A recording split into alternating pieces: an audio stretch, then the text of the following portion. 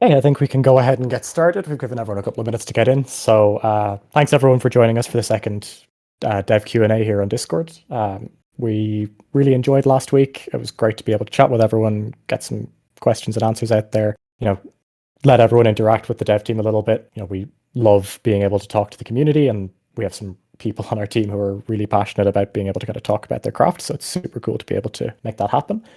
Today we are joined by two new guests. We are joined by Simon, who is the lead designer on Ravenbound. Is that still correct? Yeah, it is. And Emil, who is the creative director here. Do you two want to just quickly introduce yourselves, kind of talk a little bit about what it is you do on Ravenbound?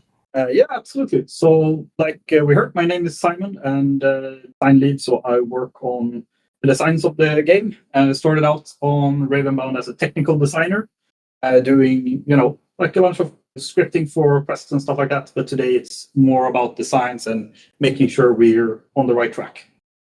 Yes, and my name is Emil, and I am the creative director for Systemic Reaction, so for the our entire self-published division here at Avalanche Studios Group. So I'm a bit of a last-minute entry. So Simon's going to be answering all the interesting stuff, and I can answer anything that sort of falls in between the crack or bigger picture things. We were planning to have obviously Stacy here, Stacy McElwan, who's our product owner, but she's unfortunately ill, so she'll come back and she'll be talking to you a lot in the future. Yeah, we're hoping to have Stacy on next week if we can. Yeah. Assuming she's sort of budget Stacy. It's all right. We love you anyway. Yeah, so some of the questions that we had planned to answer this week, unfortunately, with Stacy out, we won't be able to get to, just because, really she is the person that can answer a lot of our questions about some of the future plans for Ravenbound and other things like that. So there are a few questions that we had hoped to get to this week that we didn't get to last week that we are going to have to push again to next week. Please bear with us. We do want to talk about these things, but it's just some of them that we really need the right people to be able to talk about. So, on to this week. The big topic for this week, surprise, is that we have patch 1.0.3 coming today, assuming there are no other major issues or blockers in the meantime. It should be launching shortly after the end of this dev Q&A, and patch notes and all that kind of stuff for that will be out as it launches. We're pretty much ready to go. We had intended to launch this patch last week, but we just needed a little bit more time to just get in some more bug fixes, performance fixes, all that kind of stuff. So I want to do a quick rundown of what we're covering in this patch. There'll be a much deeper rundown of it on the patch notes, which we'll be posting shortly, but just to kind of cover some of the headline topics, and we'll be talking about a few of those as part of this Q&A. So some of the major changes that we're seeing in this patch, obviously there are a bunch of bug fixes, a bunch of performance improvements, all that kind of stuff, some crash fixes as well. There are some quality of life updates, like some new tooltips, some improvements to the hand screen, some improvements to loot history, all that kind of stuff. The big ticket items that we're probably going to spend some time talking about today are the Raven Towers. We've added a bunch of new Raven Towers. We talked about that last week, but we might just touch on it again this week and just cover it for anyone that might have missed last week's Q&A. And we also have some fairly significant adjustments coming into the hatred system, which I know has been a very hot topic among the community. That's probably what we're going to spend a lot of our time talking about, because we know that the hatred system is one of the things that has really been a big topic of discussion on Discord. And we have a fairly significant change coming with this latest patch. So before we get into that, I just want to go with a few kind of light questions to ease our guests in, give them a bit of time to, talk to y'all. So one of the kind of fun questions that we had sent in are, I know the two of you have been playing Ravenbound for a while. Kishivat's asked us, what are your win rates for elites and wardens across different tiers? We don't need numbers, but can y'all spill the beans on how good at Ravenbound you are? Yeah, absolutely. So I don't have, contrary to what some might believe, I don't have the full statistics for my performance on each tier, but I would say for the first tier, like the starting difficulty, I would be very surprised if I died at the first warden. Probably like the second warden if I'm really not getting the build in, or maybe I'm like, a lot of the time when we play, we're like talking a bunch of different, like, what can we change here and stuff like that. So sometimes you get distracted, but otherwise I would say like first and second warden shouldn't be a problem. And sometimes I die on the third warden, but more or less the first difficulty I expect to clear most runs. The second difficulty, tier 2 hatred, that's a bit more of a challenge. Like if usually the first warden is fine, but you can be like if it doesn't, sometimes it doesn't work out. But that's more where I would say I probably die on the second and third warden and stop there. Yeah, I mean, I'm I play a lot, but that doesn't necessarily mean I'm good. Definitely far from matching the most skillful players in the team, which I think includes our animator Jonas, of course, our designer Mons, our Johan, who was in the last Q&A. I watch them play and I feel inferior. But I mean, I do usually get through the first tier and the first warden, unless I'm going for something sort of stupidly greedy, like a coin build, and I'm just getting a bunch of coin cards and collecting all the coin and waiting to get the actual coin, the cards that make the coins do stuff.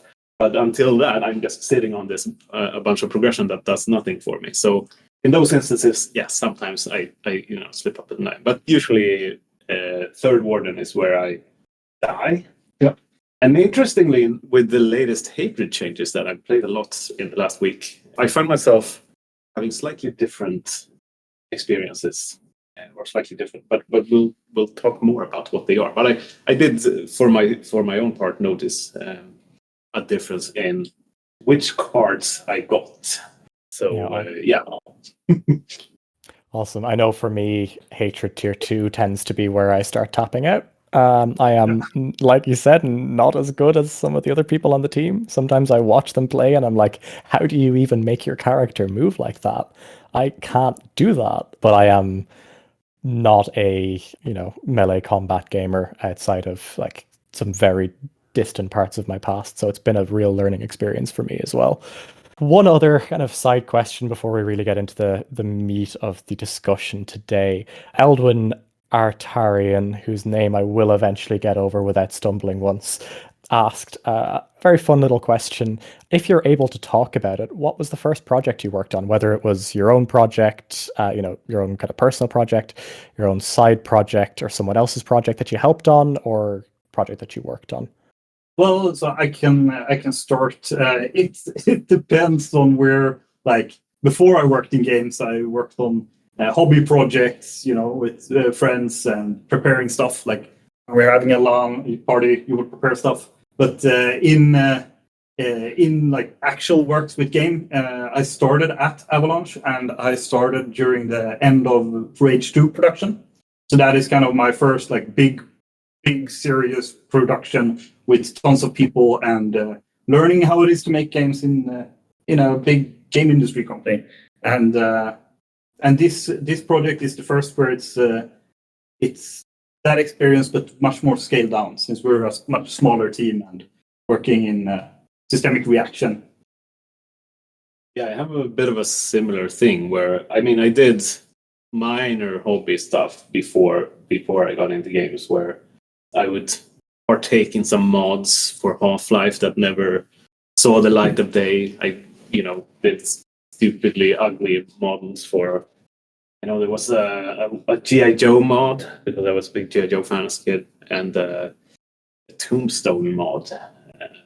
That's for the movie Tombstone. But none of that really turned out into anything. Then I had some projects in school, but again, also for me, I started at Avalanche just slightly earlier than Simon. So my first project was Just Cause 2, which I joined as a dialogue coordinator. So I worked a lot with dialogue, recording lines, coordinating all of the recordings and localization stuff. Yeah, that was quite different from today. Yeah, for sure. I think that modding point is something that a lot of people have.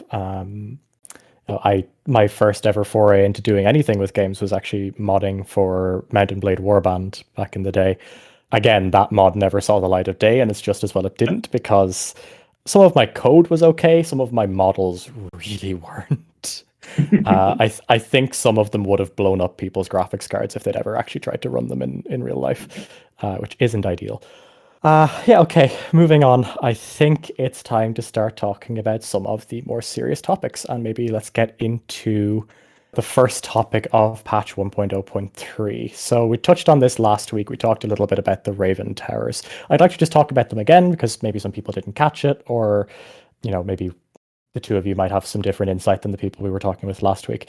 So just to kind of recap what we've already talked about, one of the pieces of feedback that we had quite frequently from people is that traversing the world on foot was maybe not so fun, and that people were not super happy with the amount of time it sometimes took to get to a Raven Tower to convert back into Raven form. So what we've done in this patch is we've added 111 smaller Raven Towers. They look slightly different than the existing ones. There's some pictures in the patch notes that'll show you what they look like. But the aim of those is kind of reducing downtime between camps and exploration so that you can switch back into Raven form. Last week, we kind of talked a little bit about how we actually didn't want to allow players to just switch back to Raven form at any time. And that is because we want there to be some moments of exploration on foot as we continue to kind of flesh out the open world, which is a major focus of ours. If you want kind of more of the discussion on open world stuff, by the way, we talked about that quite a lot last week, so it would be worth checking out the previous Q&A, which is available both on YouTube and in a kind of summarized text form on our website and socials. So that would be worth taking a look at. I suppose with that kind of summary there, do either of the two of you have any kind of additional insight you'd like to give to the Raven Towers? Anything you'd like to talk about, with your experiences with them?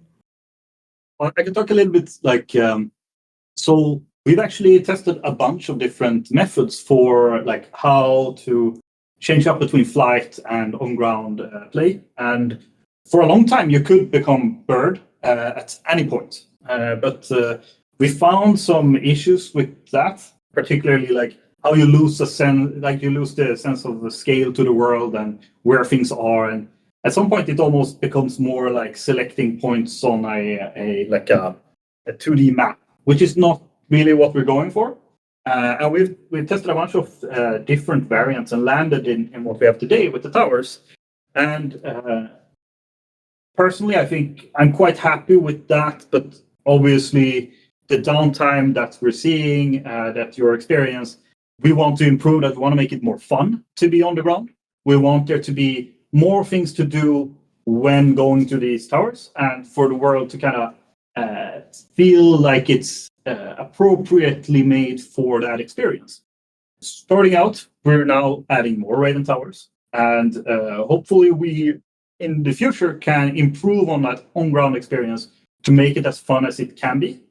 With that said, feedback is super vital. I've seen a bunch of suggestions from the community about different, some people who please I want to become a bird immediately. And then there are some people who suggested maybe you could have an ability where you become it, but it has a cooldown that's reset when you come to the towers and stuff like that. Those suggestions are awesome. We read a bunch of these suggestions and they come up in design discussions. So it's really good. Voice your concerns. Nothing is on the table, even though we today say we want to make the on-ground experience better. We want to add more towers and find that balance. We will see. Maybe You mean nothing is off the table? Sorry. Yes. Okay. Every suggestion, but nothing ends up on the table. Everything is on the table, I would say. Yes. Yeah. Sorry. No, I just and as mentioned, we've tried a bunch of different things and tested it out throughout development to various degrees of success, but mostly failure. This latest version that we have is the one that's worked the most. I remember particularly one time we had a fuel bar or stamina on the Raven. Yeah, exactly, bird juice as we call it, that you sort of ran out of as you flew.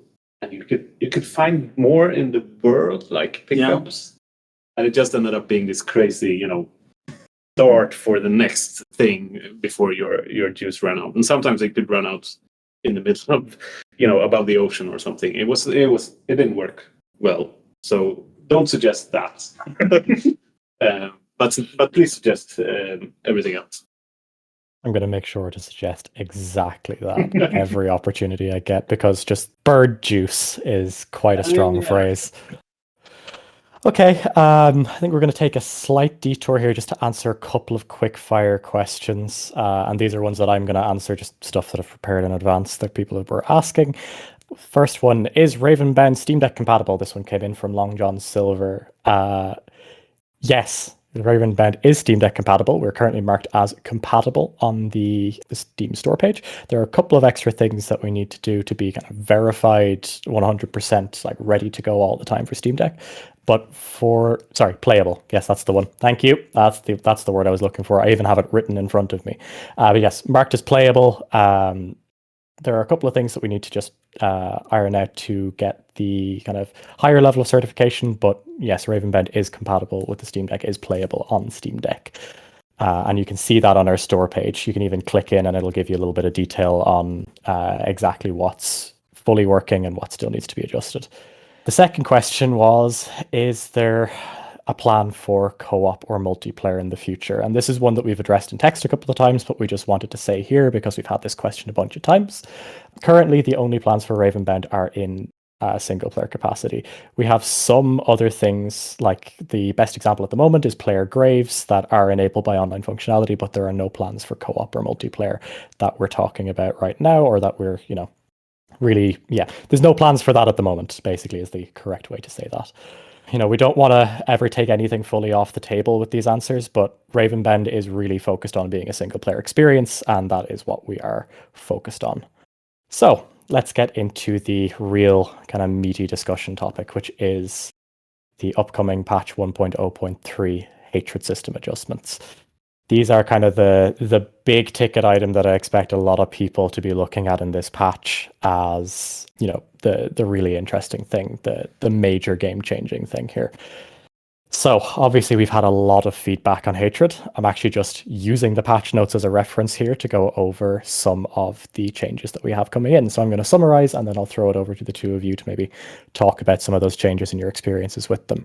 So the main change that we're making is that, I'm actually just going to read a little bit verbatim here. So previously, enemies received a 5% boost per hatred card to their health and damage. But now we've changed this value to a level, which is a base overall value, and that can be changed then per monster or per enemy. So we can adjust that a little bit better. However, the big thing that we are changing is that rather than absorbing a hatred fragment whenever you open a chest with hatred, you'll now find that one of the 3 cards that you pull from that chest will be a hatred card. And those are a new item that we are introducing. You'll be able to read the full details on what all of the hatred cards do as part of the patch notes, but each hatred card has a different effect. With the hatred cards, the aim is to make hatred a little bit less punishing and introducing more variety in what it does. So for example, some of the hatred cards one of them is Mana Leech, which causes you to lose 1 mana. One of them is Vanishing Wealth, which causes you to lose 50 coins. There's also Chains of Enfeeblement, which locks a relic slot. So that's 3 of them. There are a bunch of extras. Like there's quite a few cards being. There's 1, 2, 3, 4, 5, 6, 7, 8, 9 cards being introduced. So I'm going to throw it back to our guests to maybe talk a little bit about how we got to this new implementation for hatred. Yes. So there are a couple of things going into this, I would say.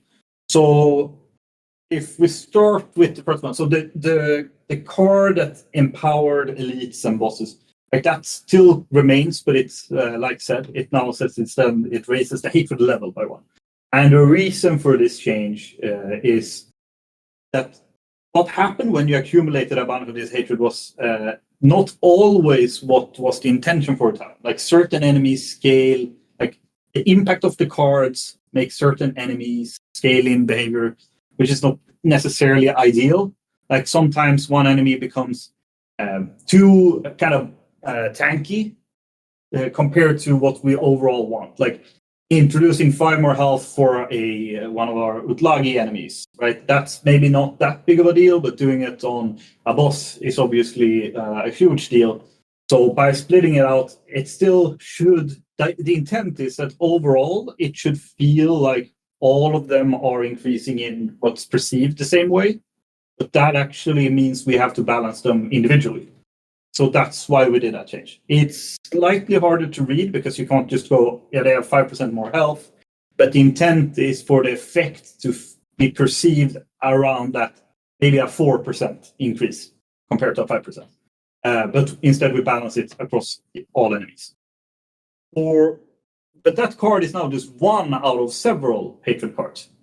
And this is kind of the first start. Like this is not probably the final time we touch hatred. But this is kind of the first step testing out this direction that we're quite excited about, where you are not always punished the same way when you interact with it. Because sometimes, for example, you draw a mana leech card that makes you lose 1 mana, but you actually had 0 mana. Meaning, technically, you're not really punished. And we want to add more of this. Like, that's quite an exciting opportunity, I think, where you have some counterplay to hatred. Now, it's maybe the simplest form of that type of counterplay, where sometimes you're in a situation where it's not as punishing as another situation. But it's an avenue we are quite interested in. And overall, the effects of hatred should be less punishing. It is still like a limiting factor. I would say like that hatred level increase is still kind of the ticking clock. It's like you open chest, and at least for me, like that's usually the one. It's not always, but usually the one that I'm hoping not to see. So that's the ticking clock remains, but it's hopefully a little bit lighter and more fun to engage with. Yeah, I would say from my personal experience playing with it, I do find it's fun, and it is a bit of a, you have 1 in 12, 13 chance to get the hatred level increase, but then many times you get something that just you didn't really get an impact. It was a sort of a high risk thing, but you won the lottery basically, not getting it. And then other times, of course, you have this really cool card that I really want to play, but I need 1 more mana, so I scour the world for mana chests, and I find hatred mana chests, and I open them, and I get the mana, but I also get the +3 mana cost to 1 card in your hand, and of course it hits the exact card I want to play, so now I gotta go find even more mana. So you get some of those interesting loops where the different options that you can get from a hatred card plays in and become sort of there's this point of excitement to which you're going to get something that could be bad, but it could be very bad, or it could be not bad at all, basically. Yeah. I think it adds another type of strategy where it's like you think about what ways hatred can put hamper your build, but you can also kind of have that in mind. Like sometimes you're more cautious if you have a lot of cards in your hand. Like that could be like, now it's a bit dangerous to open chests with hatred. So that hopefully encourage a little bit of that. Like you want to play your cards, you want to use your resources. Doing a coin build is so we don't punish you by like destroying percentage amount of coin. It's just a flat value, so you can still get coin builds going, and it should be possible to like the run is not over because you draw a vanishing wealth where you lose 50 coins even though you have a coin build. But it's maybe not as like that card is maybe a bit more annoying than on a run where you don't have go for a coin build, for example. And also, every time you get a hatred card, you also do get 2 other cards. So there's always, you get something for the risk you take. And I think my favorite aspect of this, as I played with it, is like the hatred chests no longer lock up fragment positions. Yeah. Where sometimes previously when you played, you could get to a situation where you found a really good chest or beat off enemies, and then your fragments were full, so you couldn't actually open the chest. And now there's no chest you can't open ever. You can always open them. And there's a risk with any chest with hatred, but the risk is much smaller and also much more interesting, I would say. And together with this, we've also done some changes to graves, but specifically the hatred on graves. So previously, you would find lots of graves around the world, and they had hatred, because an important aspect of Ravenbound is this limiting factor of like you're kind of forced to make do with the cards you get and like try to figure out with these pieces how can I build the most powerful build by interacting with the world in a smart way. That's kind of the goal, I would say. So, but previously we had all these graves, we had hatred on them. But now what we've done is instead there are in the region you select, like when you go to an area, to a tomb, that region will now have 4 graves in it, and the first grave you find becomes locked in. So then you don't see the other one. So basically, it's gonna feel like there's one grave, but that grave does not have any hatred on it. So you are free to loot that without any drawback. And then when you select a new region, you're gonna get basically 1 more grave. So there's gonna be a bit more loot available to players. So hopefully that's gonna make the grave feature a bit more fun to interact with, because that's one of the biggest RNG cases, because you don't know what this other person had going on. Yeah, I mean, that's the interesting thing about graves, is that you can find something that you technically haven't unlocked yet. Yeah, which is why they could be really, really good. Yeah. But when they were hatred, when you had a hatred associated with them, we found that a lot of people opted out, which is counter to the funness of them. All in all, hopefully this take is going to make hatred feel like you have more counterplay opportunity. It's a little bit less punishing, and like I started out saying, like we are super interested to see how people react to this, and we are like we want to keep on working with this. We want to make sure this is good and that people like have fun with this system. Like that's the goal. So this is not the last time hatred is touched. So. Please keep on with the feedback. It's awesome to hear, and it is brought up constantly. Like I read this or I read that, and it's really great. And also, like again, I'm anecdotally bringing up how it feels when I play it. So I'm very much looking forward to see how it's played in the community. But one of the things I found is that runs kind of you can have them go on for a bit longer, or like the sort of fuse or the focus that is hatred of moving you forward towards the boss eventually. There's a longer period of time and exploration before you get to that point. And also, like you say, you can impact it yourself, because maybe you get a hatred card that lowers your coin or your mana, but you can counter that by picking up more coins or more mana. So there's a balance there that lets you try out things, I would say, for a longer period and not be locked into, you either get the great cards or you might as well start over. But you have a lot more maneuverability in getting a build going, is my experience. I think for me, the really interesting part, and I haven't played with this change a lot yet, I'm looking forward to playing it kind of when it goes live, that there's quite a lot of variety in what these cards can do to you. And we've already talked about that a little bit, but like some of them feel really impactful if you hit them early. Like, for example, a mana leech, which immediately takes away 1 mana. That can feel really bad if that hits you early. But at the same time, if I hit Vanishing Wealth and I lose 50 coins and I haven't spent any coins yet and I don't really need them yet, that's not going to bother me too much. I think the thing that I kind of find fun is, right, some of them, like I said, some of them feel really impactful. Like the Chaotic Mana Exhaust, that's like a worst case card to draw. That increases the mana cost of one of the cards in your hand by 3. And if you're like it's me, always the one you want to play.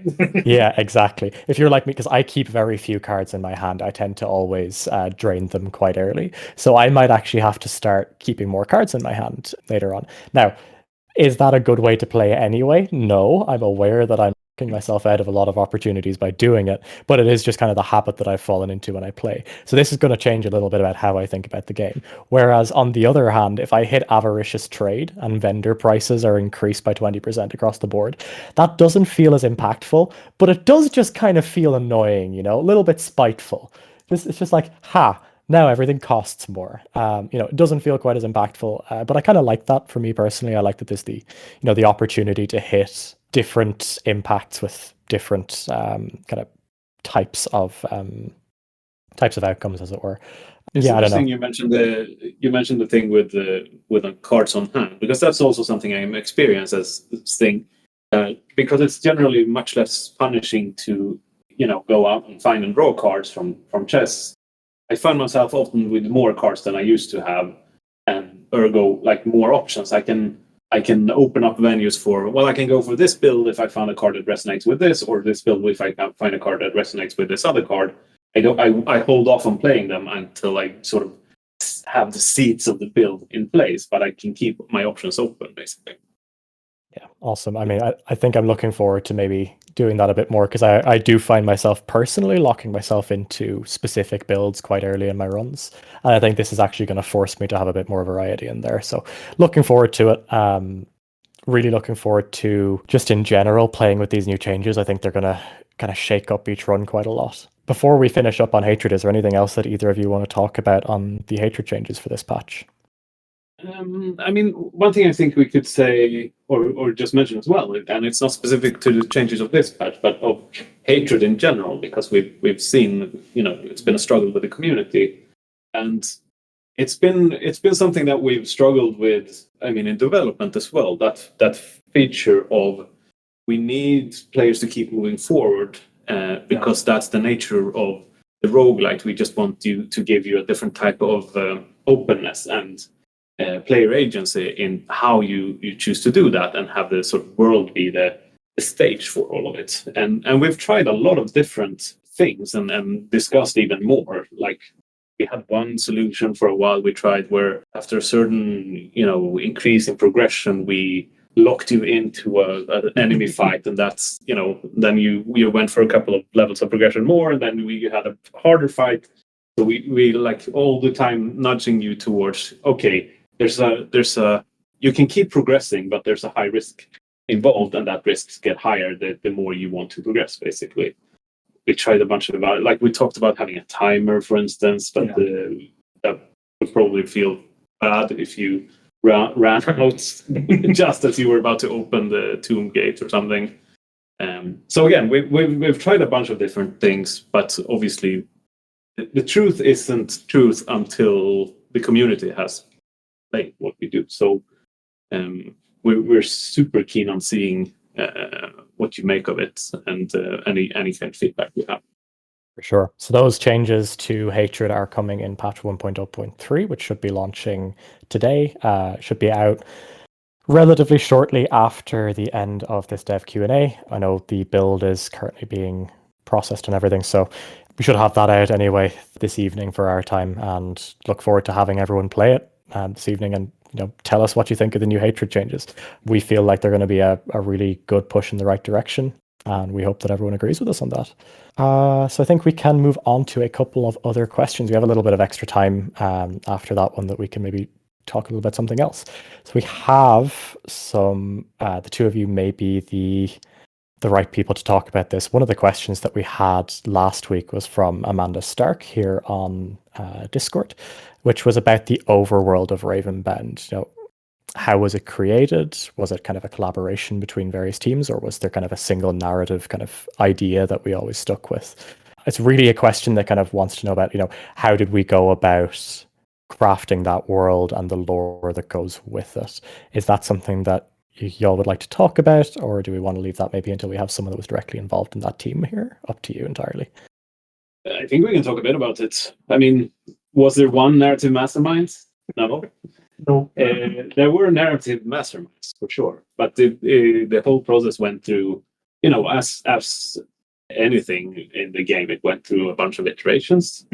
I remember, I think I wrote the original or the first sort of version of the lore, and then that was completely scrapped because it was crap. And then actual people who know things came in and did a better job. But I think, it's definitely been something that spread out across multiple disciplines. And when it comes to the lore and the narrative, we've had specific sort of narrative people. We had our narrative designer Josephine. We had Ake, who was narrative designer before that. Thomas, obviously, our game director, was involved. For the actual world, though, it was one person. Yeah, David made. Yeah, like he built. Well, I mean, if you don't count locations specifically. Yeah, and I would say like the art, like Daniel was involved in a lot of the the visuals of that, but like the construction of the island of Aval, like that was David. That was and David was our world designer for a big part of the project. Yeah. Awesome. He's done many of our worlds in the studio in general, but he also specifically did this. Yeah, and I would say for like narrative and text written, like Josephine has written most of the like narrative you're gonna consume in the game. But the design of everything in the end comes from the collaborative effort of making a game, I would say. Yeah. And then I mean we say, as mentioned, we say the world and David did it, but Malin, our level designer, actually did most of the locations, if not all. Yeah, like the camps and how they are constructed, like amazing work by these people. Yeah, I think that's something that we get every time we have guests on and we ask about like, how did this? Oh, my microphone just tried to turn away from me. That's really useful. Thank you.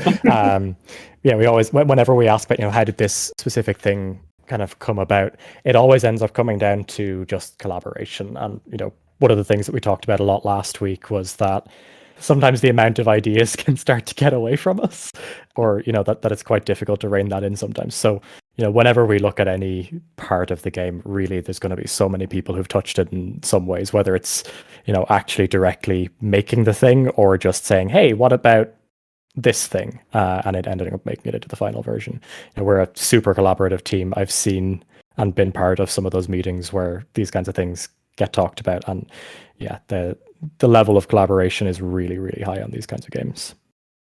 And it's a bit curious in how, I mean, because in the entire studio we have big teams making AAA title games like Just Cause and Mad Max, and then we have our smaller games like the one making Ravenbound. And you would think maybe that on a smaller team like Ravenbound there would be more individuals doing stuff, but I mean my experience is almost that it's more collaborative on those small teams because it becomes so tight knit and you really need to work together, and you can all see each other in the team. So it's very easy to just go over to someone's desk and then half the team is standing around and discussing a certain thing, or whenever there's playthrough sessions, the entire team is there, which is easier to do when there's 20 people in the team than when it's 100 plus. But with that said, I think it's an interesting challenge. Like to make like the world of Ravenbound is quite big. Oh, yes. Yeah. and we are not a lot of people on the team. So even though we have a lot of collaboration, it's also many times like, for example, like David sculpts the entire world, and he does like that's all the world is sculpted by that person. Yeah. So there's still like monumental efforts of individual people, but they get the collaboration on like an input from the team.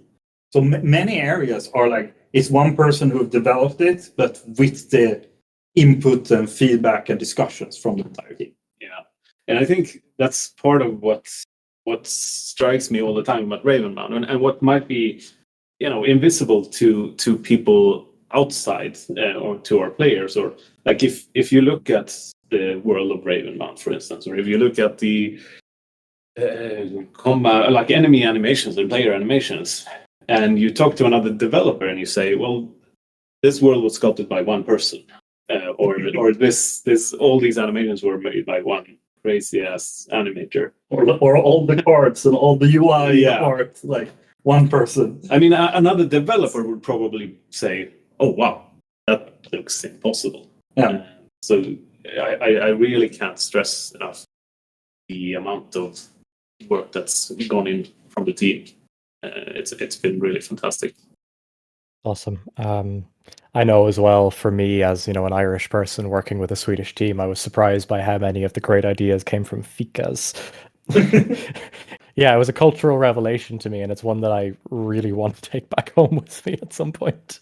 I think we don't really have time to get into another like big question. So like one of the other questions that was thrown in here was just for the two of you in particular. What are some of your favorite parts of the world of Ravenbound? Maybe what's your favorite biome?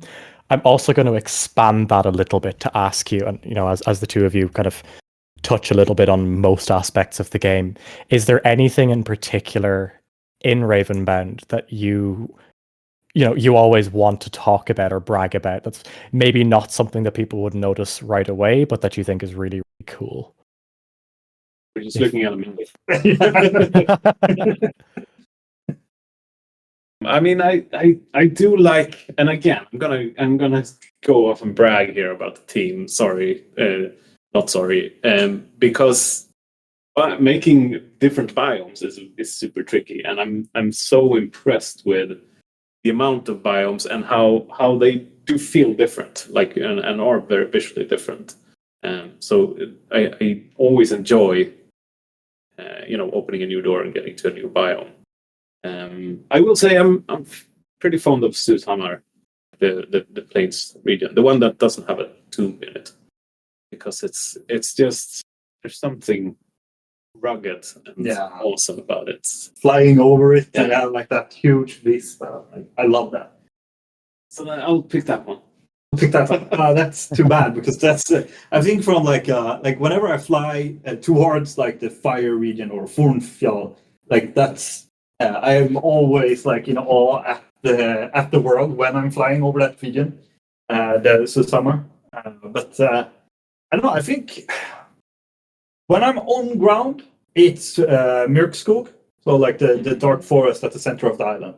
Like I love the feeling of being there on the ground and it's dark and it's a bit scary. Maybe you hear like some creature screeching further away.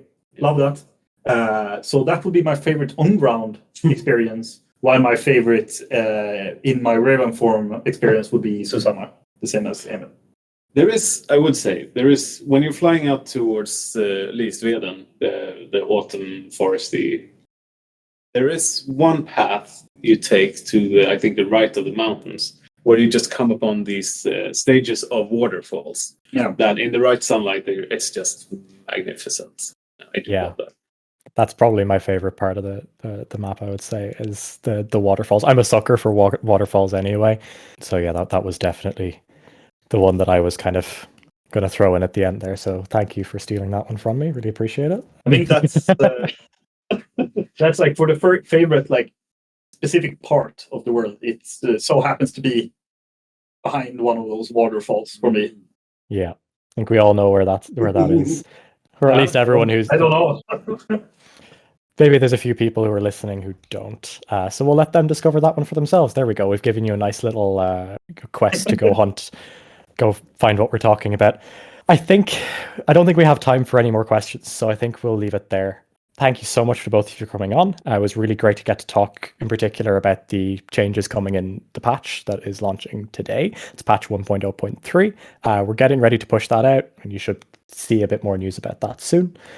For the rest of everything else that I need to just do to wrap this up, this podcast, in case you missed any part of it, Q&A, my brain was getting ahead of myself there, will be uploaded to YouTube later on in a kind of a podcast form. There we go. That's how we tie it back in.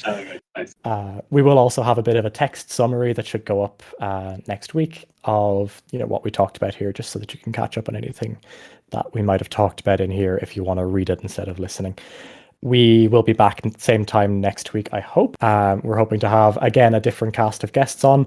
We're probably going to start seeing some repeat guests sooner rather than later because we are a small team and not everyone wants to be, on these kinds of things, which is totally fine. But yeah, we're looking forward to being able to chat next week with, hopefully, as long as she's better, with Stacey, who's the product owner for Ravenbound. So we'll be able to talk a lot about a lot of extra things that maybe we haven't covered in the last couple. But for today, it was really great. Thank you, Emil and Simon, for joining us. It's really great to have you on. Do you have anything else that you want to say to the community at the end here? Thanks for all the feedback. Yeah, like it's we love it. Even when we hate it, we love it. Yes. No, but it really will. Like it's in all of the discussions, and it really helps. Like that's what we want to do now. Like we want to make sure that everyone has fun with the game, and that it is a good experience. So feedback is vital for that. And so thank you. Awesome. Well, thanks so much for everyone who was in the audience for joining us. Thank you again to Simon and Emil for joining us on the Q&A today. And yeah, we'll be back again this time next week. And for the last time, in case anyone missed it, patch 1.0.3 will be going live today. So keep an eye on Discord and Steam for that update. There's a lot of major changes coming to Hatred. There's some extra changes coming to Traversal with the Raven Towers, and a bunch of extra quality of life changes along the way. So make sure to check out the patch notes once they're out to get a full rundown of everything that we're bringing in this patch. And thank you everyone for joining us. Thank you. Thank you. Bye. Thanks. Bye everyone.